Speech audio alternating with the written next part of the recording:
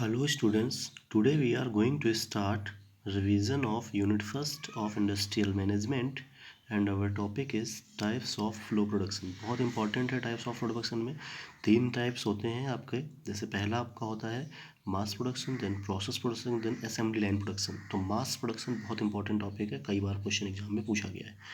So in mass production items are produced in huge quantity, that is नाम ही है mass production. तो हमारा जो भी प्रोडक्ट बनेगा वो बहुत लार्ज क्वांटिटी में बनेगा। In this system one type of product are produced at a time and planning and scheduling of the production are done in advance। that is यहाँ पर लेकिन एक चीज़ है कि वेराइटीज़ बहुत सारी पॉसिबल नहीं होती हैं मास प्रोडक्शन में, क्योंकि हम डिज़ाइन अगर चेंज करेंगे तो हम बहुत टाइम लगेगा, ठीक है। और मास में प्रोडक्शन नहीं कर पाएंगे, टाइम लगेगा तो जाहिर सी बात है प्रोडक्शन हमारा टाइम प्रोडक्शन का कम रहेगा तो फिर प्रोडक्शन लार्ज नहीं हो पाएगा। तो यहाँ पर वेराइटीज़ बहुत पॉसिबल नहीं होती हैं और एक बार अगर हमारी कोई डिज़ाइन बन गई तो उसी के अकॉर्डिंग बहुत सारा प्रोडक्शन स्टार्ट हो जाता है। Most production is employed when production is carried out without interruption. यहाँ पर बिना इंटरप्शन के बहुत ज़्यादा प्रोडक्शन स्टार्ट होता रहता है। फॉर एग्जांपल ऑटोमोबाइल प्लांट्स हैं, से electronics industry type of industry electronics industry, ठीक है। इलेक्ट्रिकल टाइप ऑफ इंडस्ट्री जो भी है, जैसे इलेक्ट्रॉनिक्स के आइटम है ना, ऑटोमोबाइल प्लांट हैं, ये मास प्रोडक्शन पर ही बेस्ड होते हैं।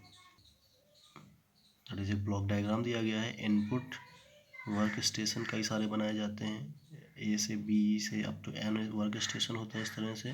और यहाँ पर हर एक वर्क स्टेशन का आउटपुट, एक का आउटपुट दूसरे के वर्क स्टेशन के लिए इनपुट का काम करता है और इस तरह से फाइनली हमारा आफ्टर असेंबली साथ में होती रहती है और प्रोडक्ट हमारा फाइनली असेंबल्ड प्रोडक्ट प्रोड्यूस होता है। मेरिट्स ऑफ मास प्रोडक्शन, बहुत सारे एडवांटेजेस हैं। There is a smooth flow of material from one work station to another work station which is either straight line or U type or circular. यहाँ पर जो work station होते हैं या तो स्ट्रेट लाइन में होते हैं या यू शेप में होते हैं या सर्कुलर फॉर्म में होते हैं। There is a small work in progress inventory because output of one becomes input of the other. मैंने बताया था कि एक वर्क स्टेशन का आउटपुट दूसरे के लिए इनपुट का काम करता है, तो वर्क इन प्रोग्रेस टाइम बहुत ज़्यादा कम होता है, small work in progress time, क्योंकि अगर हम डिले करेंगे तो दूसरी मशीन हमारी खाली जाएगी तो फिर हमारा प्रोडक्शन ज़्यादा नहीं हो पाएगा।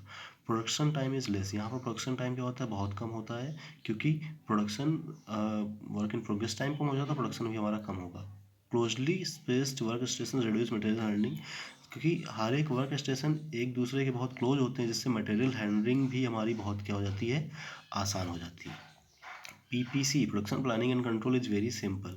इसमें हमारा प्रोडक्शन प्लानिंग एंड कंट्रोल की जो टेक्निक होती है वो बहुत ज़्यादा सिंपल होती है, बहुत ज़्यादा हमें इसमें वर्क करने की रिक्वायरमेंट नहीं होती है। Demerits of mass production, one machine failure result in stoppage of the whole operation. अब यहाँ पर एक डीमेरिट ये है कि अगर एक मशीन हमारी फेल्योर हो रही है, एक ऑर्केस्ट्रेशन फेल्योर हो रहा है, तो नेक्स्ट वाले को इनपुट ही नहीं मिल पाएगा, क्योंकि एक का आउटपुट दूसरे के इनपुट का काम करता है, तो हमारा पूरा सिस्टम क्या हो जाएगा, स्टॉप हो जाएगा।